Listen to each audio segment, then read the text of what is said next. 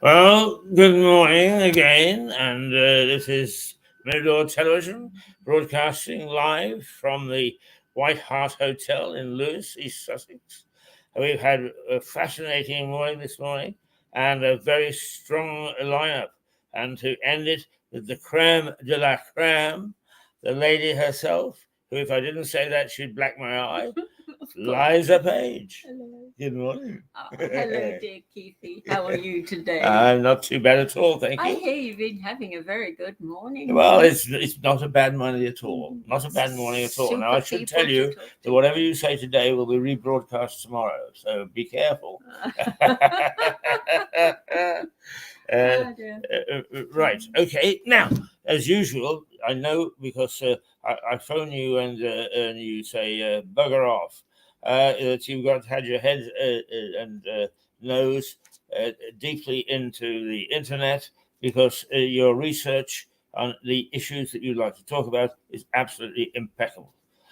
So, what are we kicking off with today? Well, oh dear, such a terribly sad topic, and we have to talk about Israel, darling. It's oh dear, what an awful business over there. I really hope it doesn't spark off World War III, which it very easily could. And we don't even know if that's what it was meant to do. Anyway, I've got some stuff here that I'd like to read. Hello. It's a summary of things that happened in the week before the bloodshed in Israel. 10 days before the killing of innocent civilians, Egypt warned Israel. They took no notice. 3 days before Hamas' deadly cross-border raid, Egypt once again warned Israel about the potential violence. They didn't take any notice.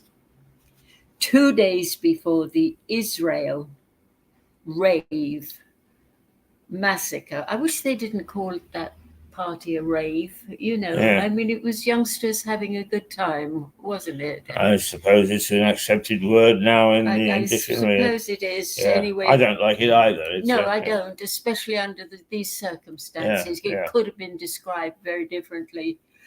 2 days before the Israeli rave massacre, where at least 260 people were killed, the organizers of this rave, and this I don't understand. Why do we call it party? I don't understand. Or event. They moved the location of the festival to within earshot of the Gaza Strip. It seems very, very strange to me. Absolutely. Oh, yes, and another bit of news. One lady was in her bunker room, and it took the military 9 hours to rescue her. Now, I thought that Israel was terribly equipped. Yeah. With their surveillance. Yeah. They turned it into an art form. Apparently, they could see a mouse from a plane up there, crossing these borders. But when you look where these terrorists moved in, there was a whacking great big hole that you could drive a truck through these fences, And then nobody seemed to be prepared. I would have thought military would have been on alert. To hi, it's on us. Come on, let's get in there and see what we can do. But it was very. I think there are a lot of unanswered questions a tremendous about this. Things just do not add up. They absolutely don't. And the awful thing is that even people in the street, say, "Oh yeah, another one of those." And I said, "What do you mean?" Well, there was Pearl Harbor, wasn't they? That they knew they were going to be attacked, but they had to have that to get the American people riled up enough to go to war. Right. And they allowed yes. that to happen. And then we have the 9/11 thing. That was to get people riled up to go into Afghanistan.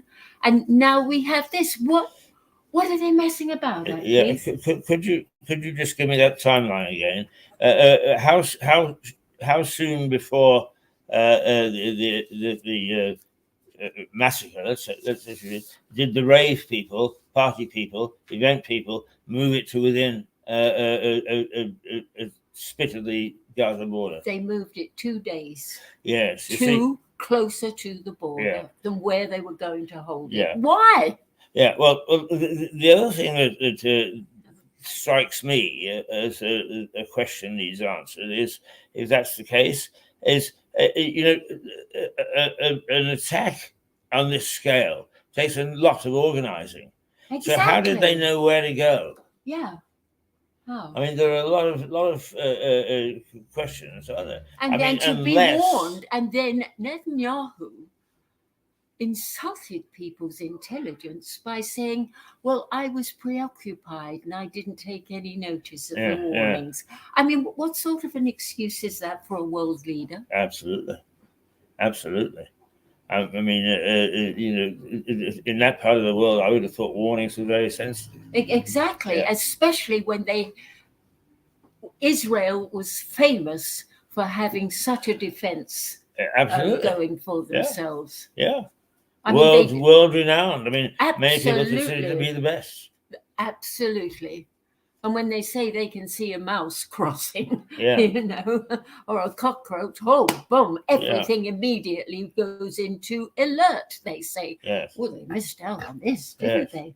Well, I hope that there are journalists on the ground there who will ask these sort of questions, because,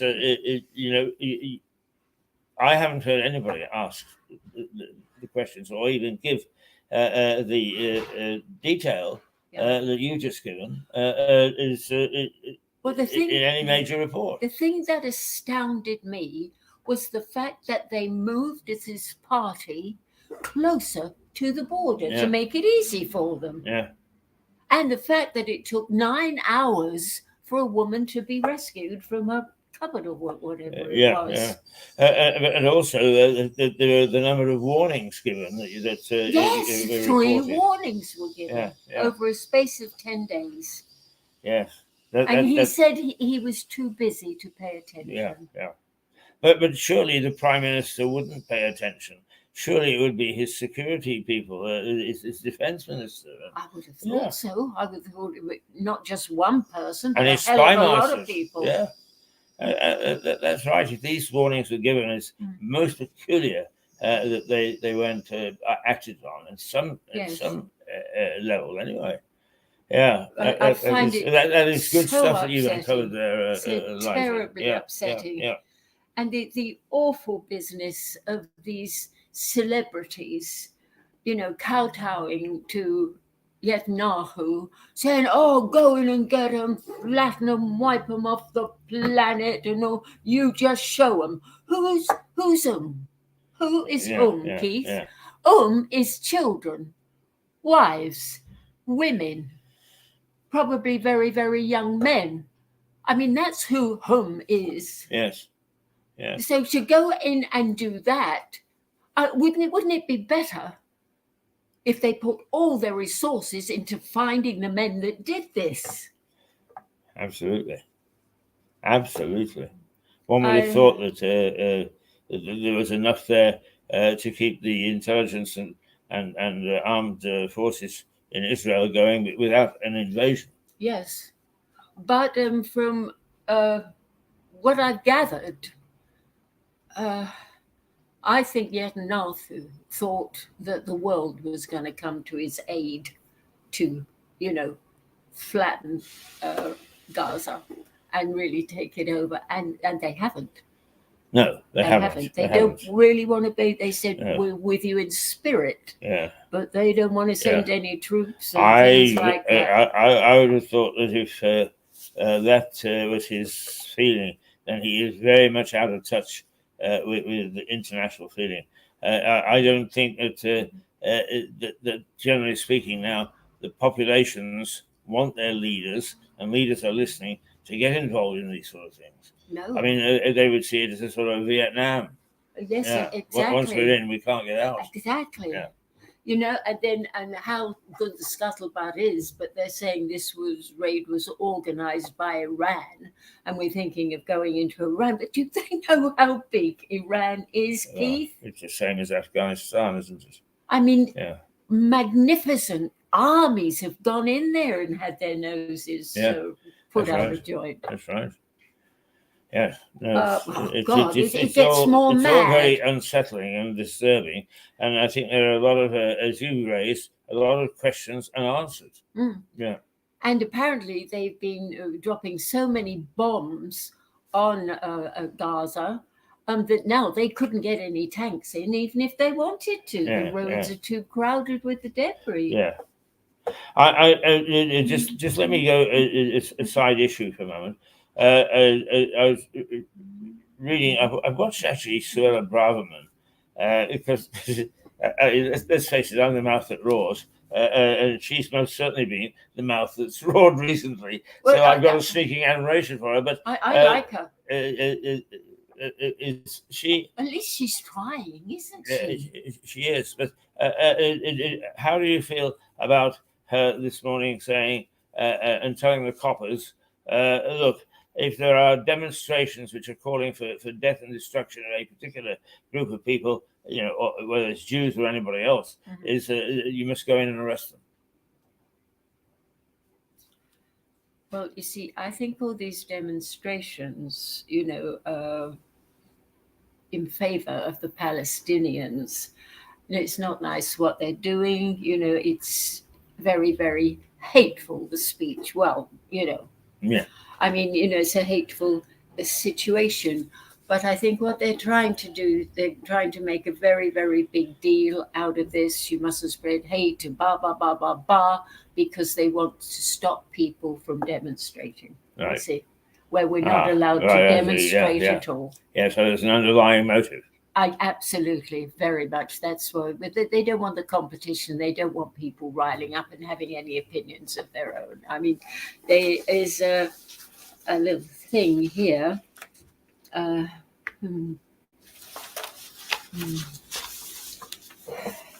dear. Take your time. Yes. This follows the pattern of what is happening today. World news under Labour. Deliberately calling someone by their wrong gender pronouns could become a hate crime, punishable by imprisonment under a Labour government. The Mail on Sunday can reveal. This would bring transphobic abuse into line with assault and harassment motivation by hatred on the grounds of race or religion, which are punishable by up to 2 years in prison. These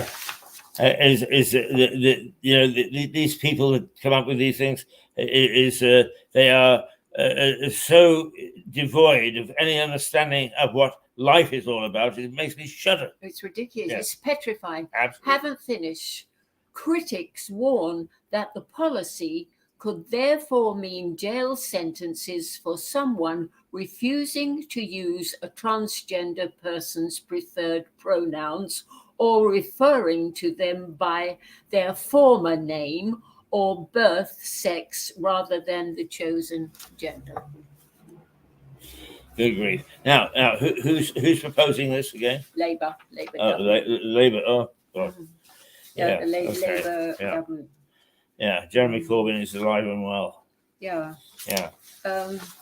Heavy one here. Fauci. Right. Anthony Fauci declares lockdown was absolutely justified and suggests they should be used again to force vaccinations. FDA approves RSV shots for pregnant women and groups push HPV vaccines for 9-year-olds. YouTube's new policy censor Americans who disagree with World Health Organizations should go to prison. If you disagree with the World Health. You should go to prison. Yes. You've actually raised this about WHO before, and that I think they're all involved in this. You've actually been surprised that YouTube hasn't knocked us up. Absolutely. Which it did. It knocked somebody off in a famous incident. Well, a lot of people are getting taken off. A hell of a lot. Shoot yourself in its foot, isn't it? No business should deem itself so powerful that it can play fast and loose with its customers, because that's when even big corporations, take Kodak, for instance, who can come tumbling down. Yes. Well, you see, now they've passed this bill, Ofcom, which was formed by Tony Blair and goes to Silicon Valley. Yeah. And the British government has signed this bill to say that it will censor internet.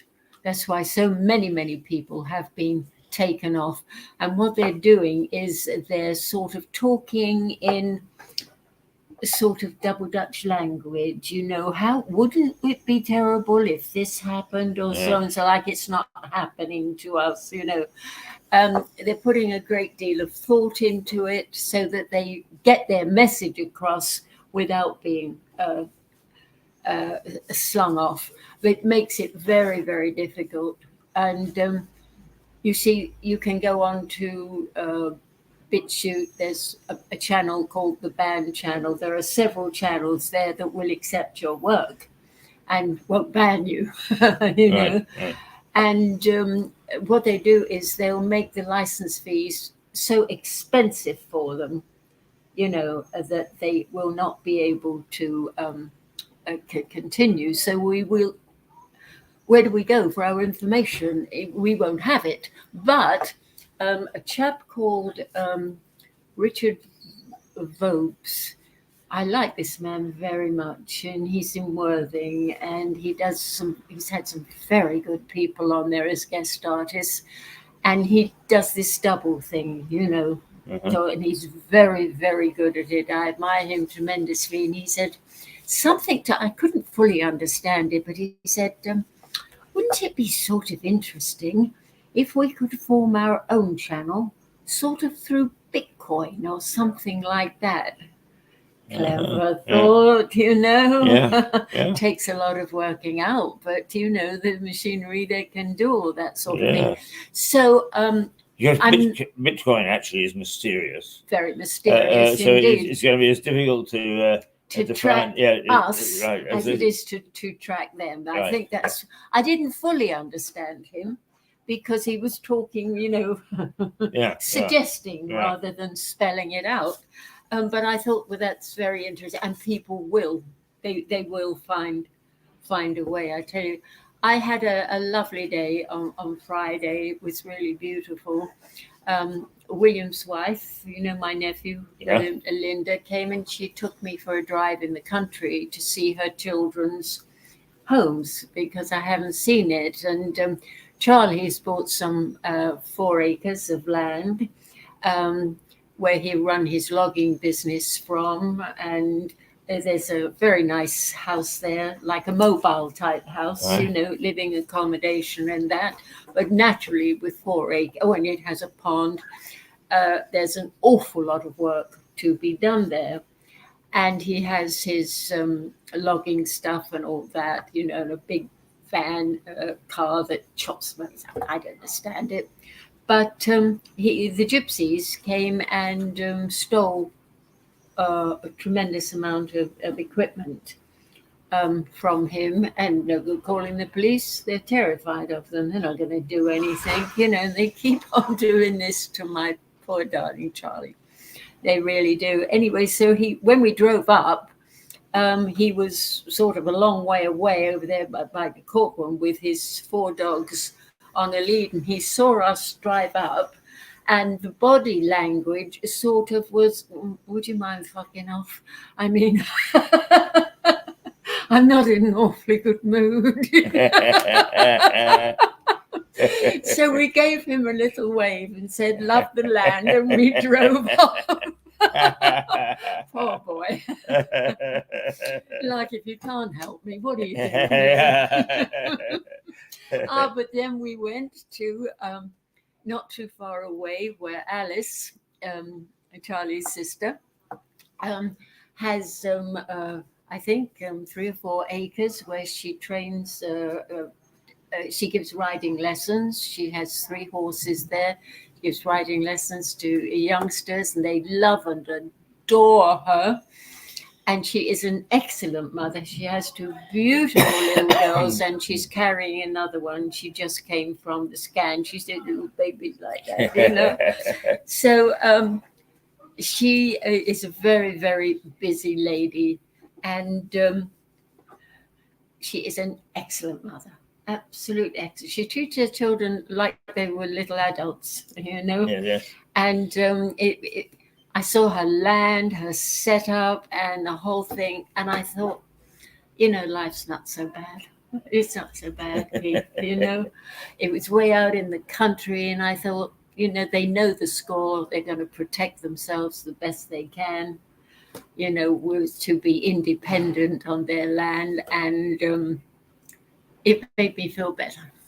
Oh, that's good. It made me feel better because I'm dealing with a lot of negativity all the time. And then when I get out and I see life, you know, the way people are living their lives despite all this, you know, they're having their children. The world in Rigma is flourishing.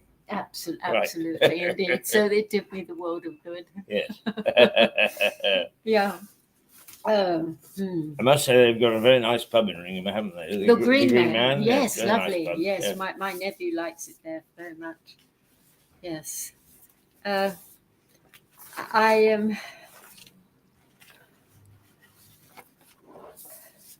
The Labour government will alter planning rules to allow hundreds of thousands of vital homes to be built on Greenbelt land, Rachel Reeves has said. The Shadow Chancellor said the party would look at reclassifying protected land as brownfield sites, ripe for development under a common sense approach if elected. Common sense or what? Approach. Yes. To build what is on common sense? Yeah, to build, I'd like some, wouldn't you? It's a blank out. Wouldn't you like some? I mean, absolutely. I'd love to see a bit splashed around. Would it be lovely? I mean, that really appalls me. I mean, first of all, the countryside is beautiful, but here we are in an age when people are marching to. We've got a Green Party in power here. We got a Green Party that is knocking on the doors of Westminster. Is green, but Labour is going to actually turn everything brown. Oh, absolutely. I mean, just how crazy can you get? And what land we are left with, they will turn into a jungle where you will need a permit to go on it. And these will not be houses for people. These will be high-rise flats, 15-minute cities. That's what they're building, darling, with these, I promise you. I mean, what strikes me about this, Liza, is that if my recollection is right in reading about it, is that there is more brownfield, in other words, stuff that has all been built on but is now available. There's more of that than there is greenfield sites. And the reason that the developers don't like are you okay? Yeah. Okay. See, that's the price she pays for back in my eye. Oops, choke up chicken. Ooh. I might have to leave you for He's got my own back. Okay. Let's just carry on with that theme for a moment, because I don't have any facts and figures, and I haven't looked at them, this particular issue, but it did frighten me when I heard what Labour, and this isn't political, this is just the fact that this is the party that is saying that it's going to actually build across thousands and thousands and thousands of acres of greenfield sites. Now, for those people who don't understand the difference, a greenfield is fresh stuff. That's fields and forests and lakes and so on and so forth. A brownfield is where there has been some building before, but it's been taken down or it's not used anymore. My understanding is that there are thousands and thousands and thousands and thousands of acres of brownfield sites, but developers don't like brownfield sites. The reason being is that it costs more to get the land back ready to be rebuilt, particularly if it's had chemicals on it and that sort of thing. Land ready to be used than greenfield sites. So therefore, let's go for greenfields. And that's why we're gobbling up countryside at such a great rate of knots. It's economic reasons. And I find that really quite worrying, that we should tear up the fields and the forests and the woods and you name it, all the things that make our life civilized, all the good things. Yes, I'm not a green politician, believe me, but I do believe that we should preserve the greenfield sites, the sites which are a natural beauty, the sites in which we have, well, we can look at and enjoy, and not the sites that need that extra attention, to turn them into building sites. And that seems to me something that the government should address, because we can't afford to let much more of our land go that is not built on. And it's crazy, absolutely crazy. What are we going to leave our kids? Asking what a tree is? Asking what a river is? Asking what a lake is? Which then turns into asking what a trout is, what a crab is, or what a beaver is. And for that matter, when we come to woods, is what a bird is, what a thrush is, Excuse me, what a cuckoo is. sorry. All the things that appeal to us as youngsters and have carried through into middle age, to know how beautiful and how fascinating the countryside can be. Sorry about that. That's all right. On you go. I'm not dying. I just had a coughing thing. Couldn't sort of be cured. Yes, the Labour government will build on our land, and high-rise apartments, very, very small, like a monk's cell, and holding centres. This is it. It's very, very serious. Yeah. I mean, actually, Liza, the thing that really bothers me is that there are some non-Labour people who would go for this policy too.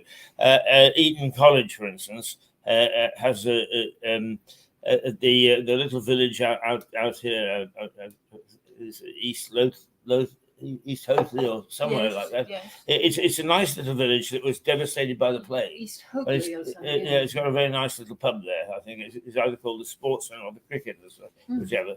It is the Eton College, right? The elite school of our country wants to build 1,000 houses there or so. Yeah. Oh. Now, so really is. I do have some sympathy with the fact that people tend towards the Greens because the established organisations that are forcing it. They are pushing us into being anti this sort of stuff. Well, they're bringing all these people in. It's all designed to alter Britain, so it doesn't exist at all. This is it. And all these young fellows, fighting age, that are coming in here.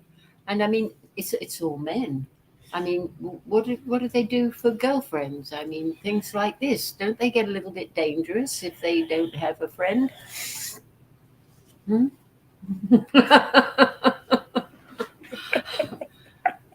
Well, you know.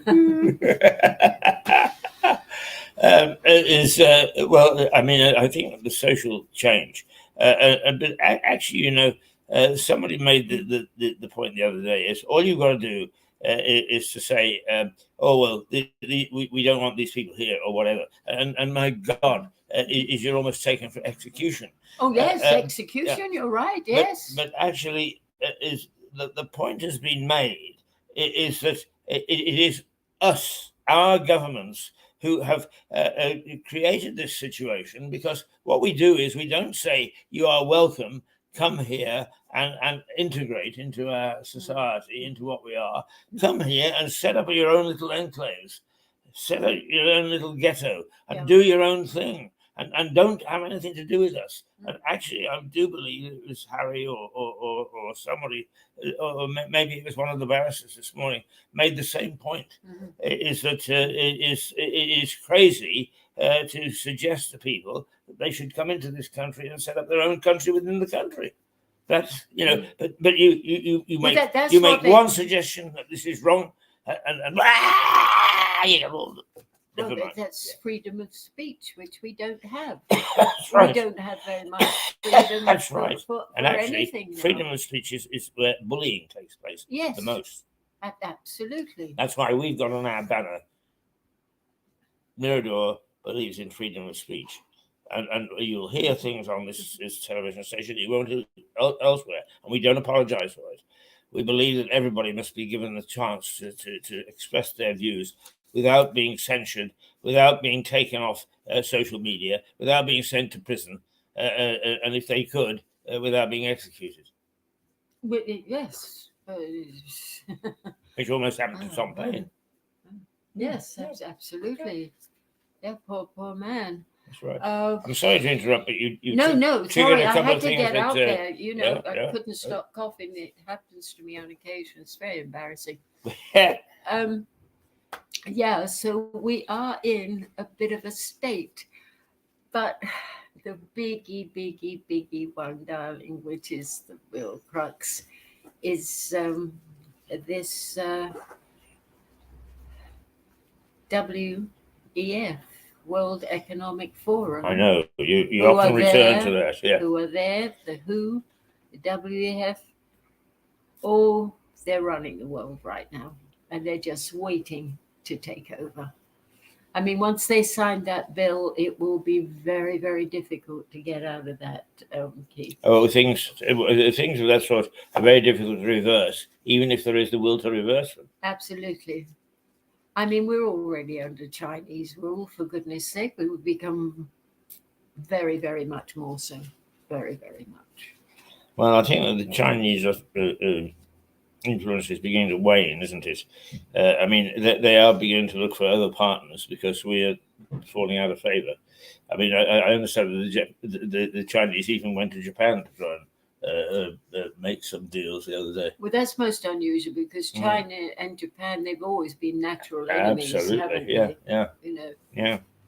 They do not get on at all. So perhaps that is some sign that I don't know, yeah. But I'm relying on the, you know me, my religion is the forces of good and the forces of evil. And I think we deal on those levels right now. We're in a tremendous force of evil. And I think that the force of love will take over. Well, I hope Maybe so. I sound like a stupid old woman. No. I'm a lover, not a fighter. Fisticuffs are the last thing that will appeal to me.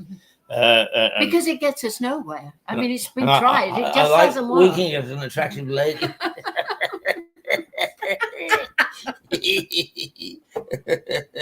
And they say, make love, not war.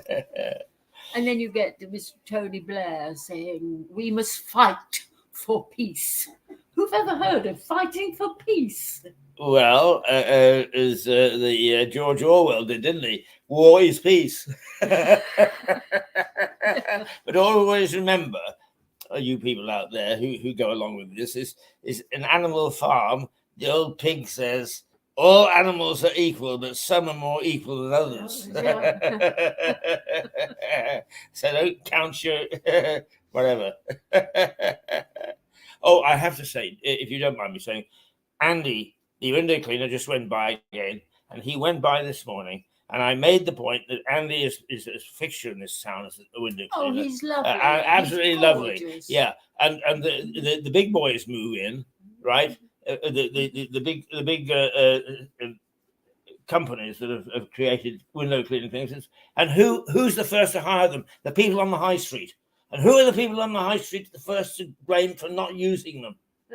They're not here. Yeah. Do as you say, not as you do. I've lost all faith and interest in the people on the high street here, with one or two exceptions. One or two nice people. Yeah. But the rest shoot themselves in the foot. Yeah. Okay, sorry about that. It's a morning for shouting and stamping of feet.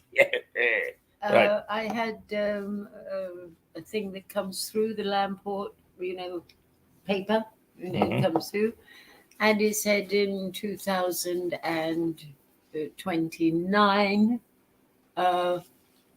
all money will be paid online. There will be no cash. It will all be online. Yes. Payments.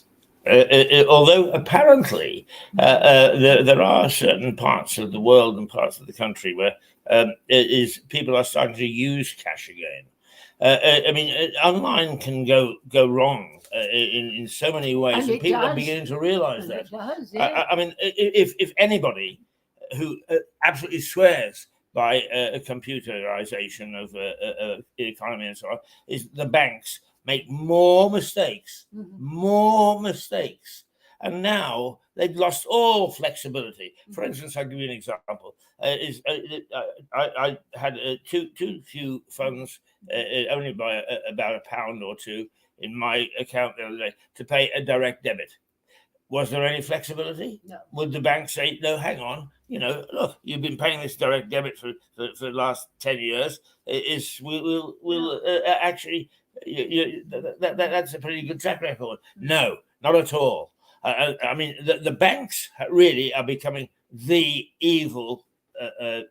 Yes, for the simple reason you're not speaking to people, you're speaking to machinery. Absolutely. Mind you, I can't get over that. Whenever I actually go onto the computer and to pay a bill or something, I always think there's somebody at the other end going, should he pay this? Well, yes, I mean, we're programmed for that. Yes, I'm too old. William was speaking into his machine, I don't know, is it a phone or whatever, and he's running, we do not like your language, we cannot speak to you. Because that I mean, this is a machine that he is paying for. Yes. Yeah? Yes. I mean, come on, this is getting a little bit serious. Yes. Well, you know my famous story about logarithms, don't you? Is that this television station had a video banned by the logarithm. Why? Because it showed a picture, a clip of the War Museum Memorial here in Lewis. Why? Because around the base there are some figures of some nymphs, and one of them has got not quite exposed, but a breast that is fulsome. That's obscene, said the logarithm.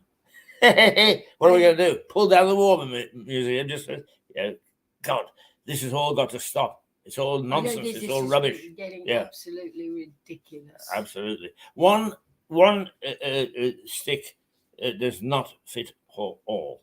One joint does not. I forget what the exact word is. It doesn't, and it won't, and it never will. And why we try to get computers to do that, I don't know.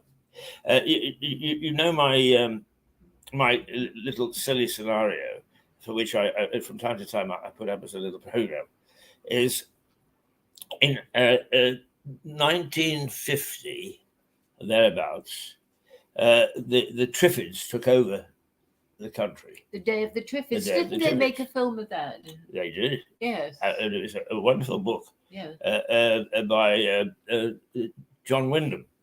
And the Triffids were half plant, half intelligent. They produced oil, so we created a lot of them. Yes. And then there was a starburst, and everybody went blind, and the Triffids took over.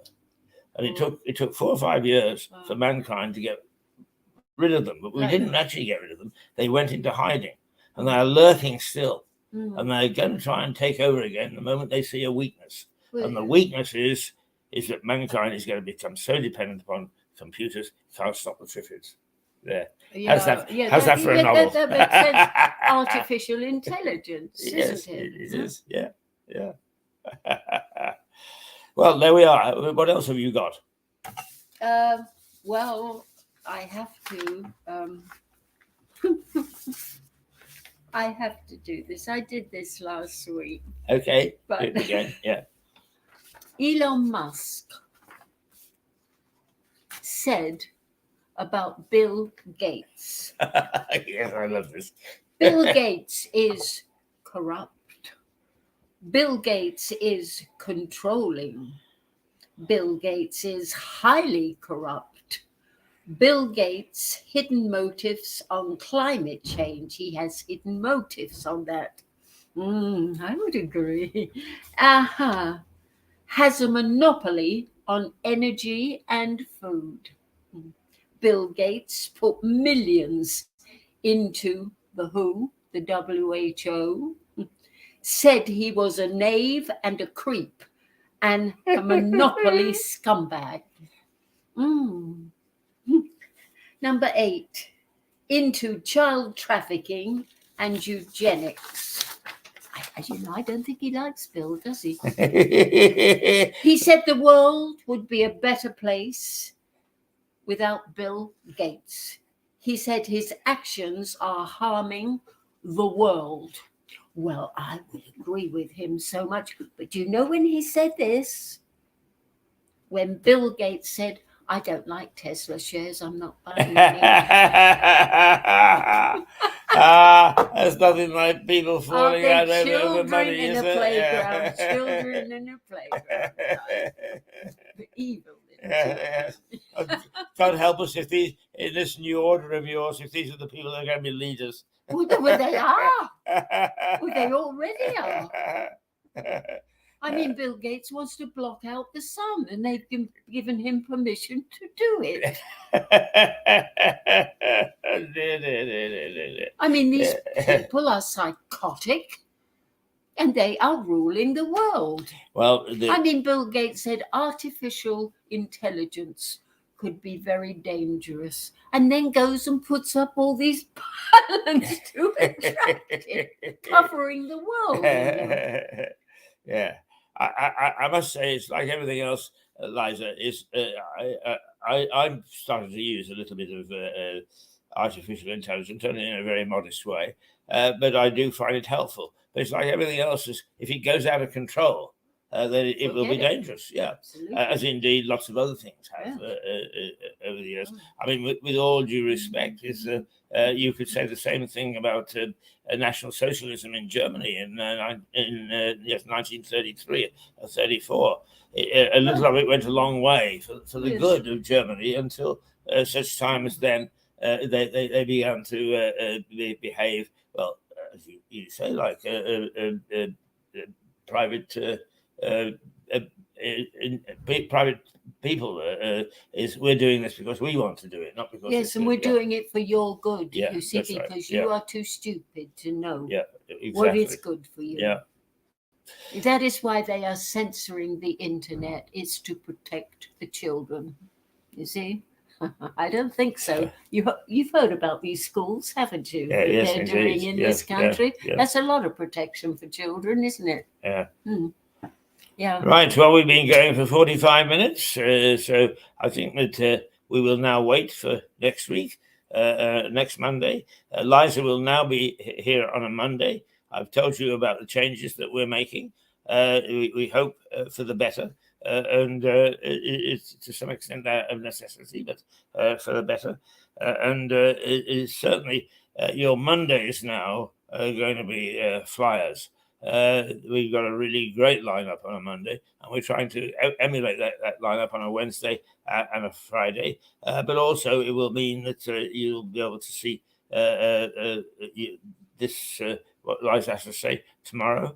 And you'll be able to see what happens on a Friday, on a Saturday. So it changes. We hope for the better. Bring you more options to watch us, but also stronger program days without me yattering on sometimes to fill a gap. So we'll say cheerio, Toodle pip. toodle pip, and the tomorrow we should look forward to seeing you, but it'll be what we wear today. So today is tomorrow. That just shows you what the future can bring. We foretell the future. We will be here saying exactly the same thing tomorrow. Thank you for tuning in. Thank you. Right. So it is now. Let me tell you, it is 11:46 on the 16th of October, the year 2023. Outside is cool but bright. It's going to be a little warmer tomorrow, but bright. Scattered cloud and a modest breeze. So all in all, it was very cold when I came in at 6 o'clock this morning, 6:30 this morning on the scooter. But I actually had a chat to somebody and I said, people talk about climate change. I'm not so sure that what's not happening is that we are actually going back to the seasons. Because outside is autumn. Absolutely. And they are trying, the seasons are trying very hard to come in. And if they'd stop spreading that crap all over the place, it might give them a chance. You never know, because they are. Indeed. They're governing the world, the weather. They've been able to do that for years. Well, years coming into November, it looks as if we will have the nice frosts. We'll be able to rustle through the leaves on the ground, play conkers, and season of mists and mellow fruitfulness back at last. Toodle pip. See you Wednesday live tomorrow, the way we are.